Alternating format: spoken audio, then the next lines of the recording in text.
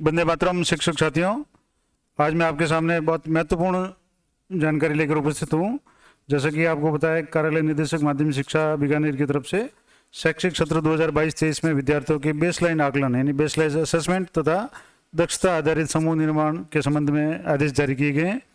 और इसके संबंध में जो पूरा जो पत्र है वो मैं आपको बताऊंगा कि किस तरीके से आपको असेसमेंट करना है, किस किस तारीख को करना है, उसकी साला दर्पण पे फीडिंग कैसे करनी है, और बच्चों के जो भी दक्षता आधारित समूह का निर्माण जो करना है, ग्रुप अलग अलग ग्रुप बनाने हैं, वो कैसे बनाने हैं, किस आधार पर उनका निर्माण किया जाएगा, ये पूरी जानकारी आपको देने का प्रयास करूंगा। और इस वीडियो में मैं अंत में साला दर्पण पे पोर्टल पे आपको कैसे एंट्री करनी है वो भी मैं बताऊंगा।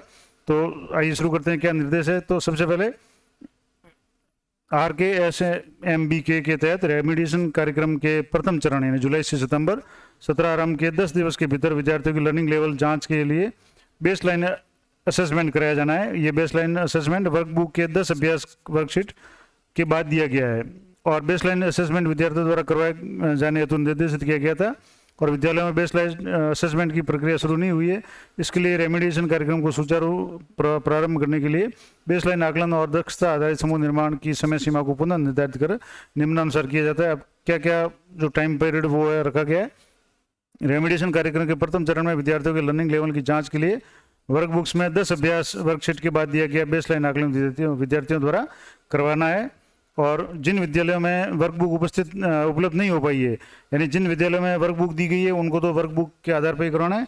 अगर मान लो किसी कारण से वर्कबुक उपलब्ध नहीं है तो संस्था प्रधान शिक्षकों को समसा पोर्टल rajsamsa.nic.in पे जाकर के, या एक और दिया हुआ है http://rksmbk.baseline जो है उससे वर्कबुक को डाउनलोड करके उसमें से बेसलाइन आकलन शीट को डाउनलोड करवा करके शिक्षकों को उपलब्ध कराएंगे और ऐसे शिक्षक विद्यार्थियों को बोर्ड पर लिखकर अथवा प्रिंट करवाकर विद्यालय की व्यवस्था अनुसार उपलब्ध कराए जाएंगे।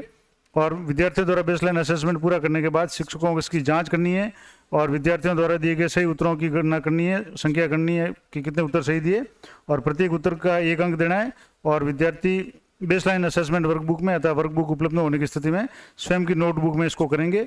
और बेसलाइन आकलन विद्यार्थी के प्रदर्शन का वर्कबुक रिकॉर्ड संधारित किया जाना है और इसकी प्रविष्टि साला दर्पण के मॉड्यूल में 5 तारीख से दिनांक 5 अगस्त से आरंभ हो जाएगी, यानी ये कल से आरंभ हो जाएगी।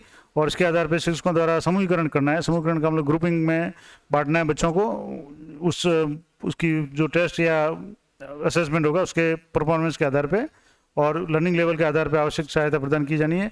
यानी अगर समूह 1 में आते हैं तो क्या करना है, 2 में आते हैं तो क्या करना है, थोड़ी सी उनको सहायता देनी है। बेसलाइन आकलन कक्षा 3 से 5 के लिए 5 अगस्त तक करना है और 6 से 8 के लिए 9 अगस्त तक पूर्ण किया जाना है। और बेसलाइन असेसमेंट है तो टाइम टेबल प्रत्यक्ष से उल्लेखित किया गया है। अब क्या क्या टाइम टेबल है वो है कि बेसलाइन असेसमेंट है तो अंतिम तारीख है कक्षा 3 से 8 के लिए 10 अगस्त तक किसी भी हालत में पूरा करना है और बेसलाइन असेसमेंट साला दर्पण मॉड्यूल पर लाइव 5 तारीख से पूर्व करना है। और ये बेसलाइन असेसमेंट के डाटा को साला दर्पण पर अपडेट करना है, वो 18 अगस्त 2022 तक करना है।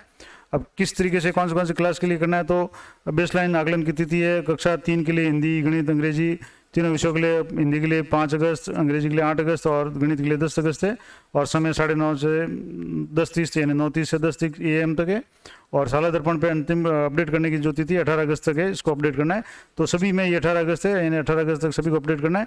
और इसी तरह से जैसे जिस दिन तीसरी, चौथी, 5वीं के लगभग सेम ही विषय है और सेम ही समय है 9:30 से 10:30 तक, यानी 9:30 से लेकर 10:30 तक 1 घंटे के अंदर आपको ये असेसमेंट लेना है।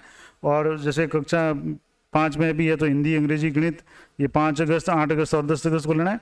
और 6ठी, 7वीं, 8वीं में भी 5 अगस्त, 8 अगस्त और 10 अगस्त और ये 3 विषय लेने हैं, हिंदी, अंग्रेजी और गणित। अगर इन विद्यालय मुक्त अवधि में किसी कारण से यदि परीक्षा नहीं हो पाती है तो 12 अगस्त को ये रिजर्व डे है, इस दिन आपको बेसलाइन असेसमेंट करवाना है, सुनिश्चित करना है। और परंतु इस बात का ध्यान रखा जाए कि 12 अगस्त को आयोजित किया जाने वाला जो देशभक्ति गीतों के कार्यक्रम में इसका समय से पृथक हो, यानी कि इसको उस समय से अलग आपको आयोजित करवाना है। और डाटा प्रविष्टि कैसे करनी है, तो वर्कबुक में दिए गए बेसलाइन आकलन में विद्यार्थियों के अंकों की प्रविष्टि के लिए साला दर्पण पर मॉड्यूल बता दिया गया है, बनाया गया है। मॉड्यूल में आपको बता दूंगा कहाँ मॉड्यूल है, कैसे आपको करना है। और साला दर्पण मॉड्यूल पर बेसलाइन असेसमेंट प्रति विद्यार्थी को प्राप्त अंक के आधार पर समूह 1 या समूह 2 में आपको स्वतः आकलित हो जाएगा, यानी जैसे ही आप उनके नंबर फीड करेंगे उनका ग्रुप ऑटोमेटिकली आ जाएगा। और शिक्षक इस डाटा का उपयोग अपनी कक्षा में निश्चित अवधि के दौरान अपनी कक्षा में समूह बनाने के लिए कर सकते हैं। और ये डाटा पूरी तरह से शिक्षकों को उनकी कक्षा के प्रदर्शन के बारे में जानकारी प्रदान करने और शिक्षण में उनकी सहायता करने के लिए एकत्र किया जा रहा है। और शिक्षकों को अनुरोध है कि डाटा को सटीक रूप से दर्ज करें, यानी सही दर्ज करें। अब कैसे इसकी डाटा की एंट्री करनी है, तो इसका एक दिया हुआ है कि डाटा दो तरीके से कर सकते हैं शिक्षक। पहला तो स्कूल लॉगिन से, यानी जो सालादर्पण मॉड्यूल है स्कूल लॉगिन में, और एक है स्टाफ लॉगिन से, यानी जो कक्षा अध्यापक है उनके अपने खुद के स्टाफ लॉगिन में भी ये ऑप्शन उपलब्ध हो जाएगा। अब इसमें ये पूरा जो प्रोसेस दिया हुआ है कि स्कूल लॉगिन में विषय अध्यापक बेसलाइन असेसमेंट मॉड्यूल पर कक्षा सेक्शन विषय का चयन करेंगे, जिसके लिए वे डाटा प्रविष्ट करना चाहते हैं। उसके बाद में चयन के उपरांत कक्षा के जो भी विद्यार्थियों की सूची है वो आपको दिख जाएगी, और शिक्षक को प्रत्येक विद्यार्थी की प्रविष्टि करनी है प्राप्त अंकों की, और अंक प्रविष्टि के साथ ही विद्यार्थियों को उनके प्रदर्शन के आधार पर समूहीकृत का सुझाव दिया जाएगा, यानी ग्रुप ए और बी में रखना है। और जिन विद्यार्थियों का बेसलाइन असेसमेंट पूरा नहीं हो सका है उनकी डाटा एंट्री प्रविष्टि को खाली रखा जाना है, और विद्यार्थी द्वारा बेस असेसमेंट पूरे किए जाने के पश्चात ही इसकी एंट्री सालादर्पण पर करनी है। यानी जो तारीख दी हुई है 5, 8 और जो भी तारीख दी हुई है 5, 8 और 10 अगस्त की, उस दिन अगर नहीं होता है तो रिजर्व डे है वो 12 तारीख को भी करके उसको सबकी एंट्री करनी है। और स्टाफ लॉगिन के माध्यम से अगर करना चाहें तो केवल कक्षा अध्यापक स्टाफ लॉगिन के माध्यम से कर पाएंगे और अपनी क्लास की एंट्री कर पाएंगे। और संस्था प्रधान ये सुनिश्चित करेगी बेसलाइन असेसमेंट की डाटा प्रविष्टि से पूर्व क्लास टीचर मैपिंग और सब्जेक्ट टीचर मैपिंग का कार्य पूर्ण कर लिया जाए, क्योंकि जब तक क्लास टीचर मैपिंग नहीं होगी, क्लास टीचर के उस स्टाफ लॉगिन में कक्षा है वो शो नहीं होगी, स्टूडेंट शो नहीं होंगे। तो सबसे पहले आपको क्लास टीचर मैपिंग करनी है और सब्जेक्ट टीचर की मैपिंग का काम करना है, और उसके बाद में ये ऑटोमेटिकली इसमें जो भी क्लास है उसके स्टूडेंट शो हो जाएंगे, और उसमें जाकर के आपको इसकी एंट्री करनी है। पीओ, सीबीओ, सीडीओ संभागीय आयुक्त और उक्त कार्य की पूर्णता से सघन मॉनिटरिंग करेंगे, और कक्षा अध्यापक बेसलाइन असेसमेंट मॉड्यूल पर कक्षा सेक्शन विषय का चयन करेंगे, जिसके लिए वे डाटा प्रविष्ट करना चाहते हैं। और शिक्षक को प्रत्येक विद्यार्थी को प्राप्त अंकों की प्रविष्टि करनी है, और अंक प्रविष्टि के साथ ही विद्यार्थियों को उनके प्रदर्शन के आधार पर समूहीकृत किया जाएगा, यानी ग्रुप ए, बी, 1, 2 में बांटा जाएगा। अब जिन विद्यार्थियों का बेसलाइन असेसमेंट पूरा नहीं हो सका उनकी प्रविष्टि खाली रखी जाए, और विद्यार्थी द्वारा बेसलाइन असेसमेंट पूरा किए जाने के बाद उसकी एंट्री करनी है। उसकी जो बेसलाइन असेसमेंट की जो रिपोर्ट है वो कहाँ उपलब्ध, तो प्रविष्ट जो बेसलाइन असेसमेंट डाटा की रिपोर्ट स्कूल लॉगिन पे उपलब्ध होगी, और उसमें क्या क्या सारांश होंगे, तो उसमें एक तो विद्यार्थी का नाम आ जाएगा, बेसलाइन असेसमेंट में विद्यार्थी के प्राप्तांक आ जाएंगे, और प्राप्तांक के आधार उसका स्वनिर्धारित समूह, यानी ऑटोमेटिक उसका समूह है वो 1 या 2 अपने आप ऑटोमेटिक उसका शो हो जाएगा, ये रिपोर्ट में आ जाएगा। और शिक्षक रिपोर्ट को प्रिंट कर सकेंगे और उपचारात्मक विधि में अपनी कक्षा और समूह में छात्रों को प्रदर्शन को समझने के लिए डाटा का उपयोग कर सकेंगे। यानी जो भी छात्र 2 में आते हैं समूह में तो वो थोड़े कमज़ोर होंगे, तो उनके लिए क्या रणनीति बनानी है, उनका कैसे सुधार किया जाए, उसके लिए सारा प्रोसेस करना पड़ेगा। और बेसलाइन असेसमेंट की मॉनिटरिंग है तो उसके लिए सालादर्पण की प्रविष्टि के लिए संस्था प्रधान के प्रबोधन में विषयाध्यापक द्वारा की जाएगी, और संस्था प्रधान और संबंधित पीयू प्रत्येक विद्यालय के असेसमेंट की विजिट कर मॉनिटरिंग करेंगे। और बेसलाइन असेसमेंट डाटा को सालादर्पण पर अपडेट करने के लिए शिक्षकों को 5 अगस्त तक कक्षा 3 से 5 तक बेसलाइन आकलन, और 9 अगस्त तक कक्षा 6 से 8 तक बेसलाइन आकलन किया जाकर उसकी प्रविष्टि सालादर्पण मॉड्यूल पे आगामी 3 दिनों में की जानी है, और प्रविष्टि संस्था प्रधान द्वारा संबंधित कक्षा अध्यापक से कराई जाएगी। और ग्रुपिंग का जो भी कैसे होगा कि वर्कबुक में दिए गए बेसलाइन आकलन के प्रदर्शन के आधार पर लर्निंग लेवल के अनुसार विद्यार्थियों को 2 समूह बांटना है। बेसलाइन आकलन में 60% या उसके अधिक स्कोर वाले लड़कों को समूह 1 में रखना है, और 60% से कम प्राप्तांक वाले जो भी स्टूडेंट है उनको समूह 2 में रखना है। और संस्था प्रधान सत्र बीतने के साथ विद्यार्थी की प्रगति को देखकर विद्यार्थी के जो समूह है उसको स्वयं के स्तर पर परिवर्तित करने के लिए अधिकृत होंगे, यानी अगर सुधार होता है तो 2 समूह से 1 समूह में उस विद्यार्थी को ले सकते हैं। और समूहीकरण में संस्था प्रधान द्वारा आवश्यक रूप से सुनिश्चित किया जाएगा कि विद्यार्थी में हीन भावना नहीं आए, और कोई शिकायत प्राप्त होने पर उसका त्वरित निवारण किया जाए। समूह का निर्धारण बेसलाइन असेसमेंट की सालादर्पण प्रविष्टि के आधार पर स्वतः आकलित हो जाएगा, और संस्था प्रधान विद्यार्थी की प्रगति के आधार पर विद्यार्थी समूह को बदलने के लिए अधिकृत रहेंगे। और समूहीकरण के आधार पर किसी भी विद्यार्थी के ज्ञान का आकलन नहीं करना है, अतः संवेदनशीलता रखते हुए विद्यार्थी के सीखे जाने वाली दक्षताओं को ध्यान में रखते हुए ग्रुप बनाने, और विशेष ध्यान ये रखना है कि लर्निंग गैप्स की क्षतिपूर्ति के लिए कक्षाओं के स्तर से न्यून स्तर के विद्यार्थियों के समूह बनाए जाने पर इस बात का पूरा ध्यान रखा जाए कि कोई भी विद्यार्थी हीनता से ग्रसित नहीं हो। और बेसलाइन असेसमेंट और दक्षता आधारित समूह निर्माण की सघन मॉनिटरिंग जो भी प्रत्येक कार्यालय यानी जेडी जॉइंट डायरेक्टर है, सीडीओ है, डीओ और सीबीओ कार्यालय तथा विद्यालय के संस्था प्रधान को करनी है, और पत्र में जो भी प्रदत्त निर्देश है उसके अनुसार विद्यालय में बेसलाइन असेसमेंट और दक्षता आधारित समूह निर्माण समयबद्ध तरीके से ये संपन्न करवाना है। ये डायरेक्टर महोदय का जो आदेश है ये है। अब मैं आपको सालादर्पण पे एक बार बता देता हूँ कि आपको ये किस तरीके से इसकी एंट्री करनी है। तो सालादर्पण पे चलते हैं। तो सालादर्पण पोर्टल पे जाने के बाद में जैसे आप यहाँ देखेंगे सालादर्पण पे यहाँ एक ऑप्शन दिया हुआ है RKSMB के, इसको आपको क्लिक करना है। और इसको क्लिक करने के बाद में आपके सामने दो ऑप्शन आएंगे, बेसलाइन असेसमेंट डाटा रीसेट 2022-23 और बेसलाइन असेसमेंट 2022-23। अब सबसे पहले आपको ये देखना है कि जो भी क्लास में स्टूडेंट है वो सारे के सारे इसमें शो हो रहे हैं नहीं हो रहे हैं। इसके लिए आपको यहाँ बेसलाइन असेसमेंट डाटा रीसेट में आपको क्लिक करना है और यहाँ क्लिक करने के बाद में आप कोई भी एक क्लास को सिलेक्ट करें। अब जैसे मैं यहाँ baseline select baseline assessment first है। अब इसमें क्लास आप कोई भी जैसे 3, 4, 5, 6, 7, 8 क्लास दी हुई है। अब जैसे मैं चौथी क्लास को सिलेक्ट कर रहा हूँ तो अब यहाँ जैसे आपको सेक्शन है तो ये होगा।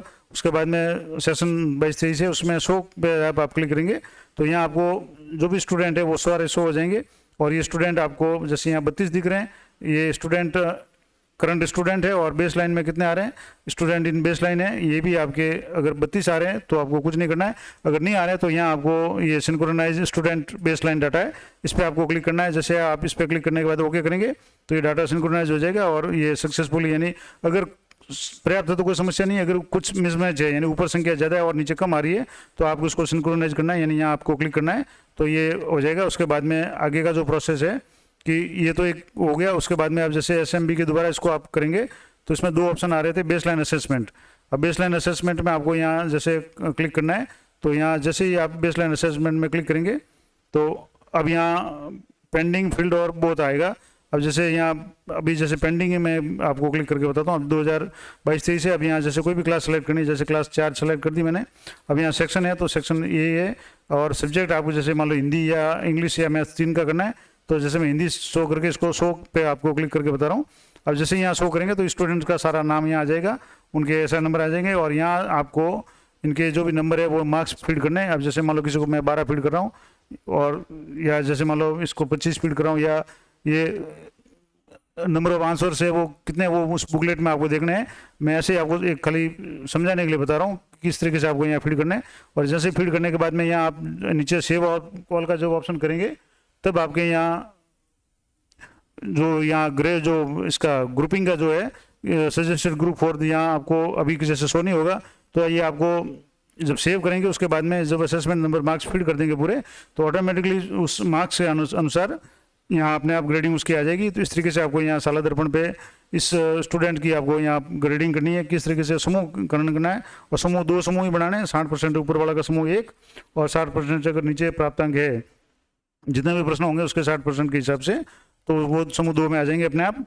आपको सिर्फ उसकी मार्क्स की जो भी उत्तर सही हो रहे हैं 1 नंबर के हिसाब से उसकी एंट्री करनी है तो ऑटोमेटिकली इसमें आ जाएगा और उसकी रिपोर्ट भी है वो साला दर्पण पे शो हो जाएगी।